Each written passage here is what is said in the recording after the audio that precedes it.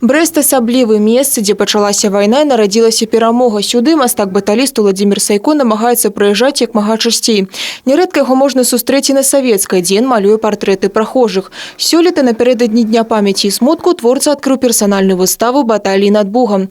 Як кажуць, у незвычайных людзей усё незвычайна. Апошнія мазкі прама на адкрыцці. І ў назначаны час не ўсе карціны яшчэ даехалі. Вось некаторых з іх наогул магло ўжо і не быць. Одно мое полотно ветер снес з машины. І уявіце сабе, 2 гады моей працы я назіраў, як яны у пустоту злятаюць через люстэрка задняга бачення. Але я падышоў і заўважыў, што моя карціна паспяхова дэсанціравалася. І ёй нічога не сталася. І гэта я гавару пра Брэсцкую крэпасць. Это самое вялікае полотно маё.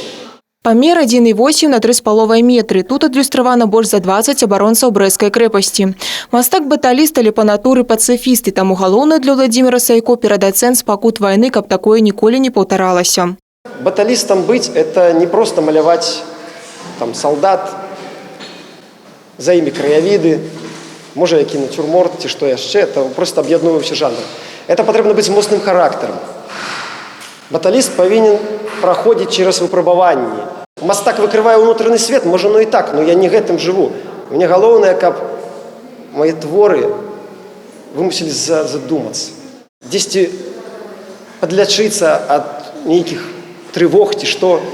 Адным словом, каб яны дапамагалі людзям, гэта такая лякарня душы. Вайна з Напалеоном, Вялікая Айчына, дэсантнікі. У экспазіцыі больш за 40 работ розных накірункаў. Эксклюзіў выставы, на думку аўтара, своеасаблівыя экспанаты, некаторыя з іх 200-гадовай даўніны. Они очень сложные, его работы композиционно, очень сложные, очень многосюжетные, многофигурные.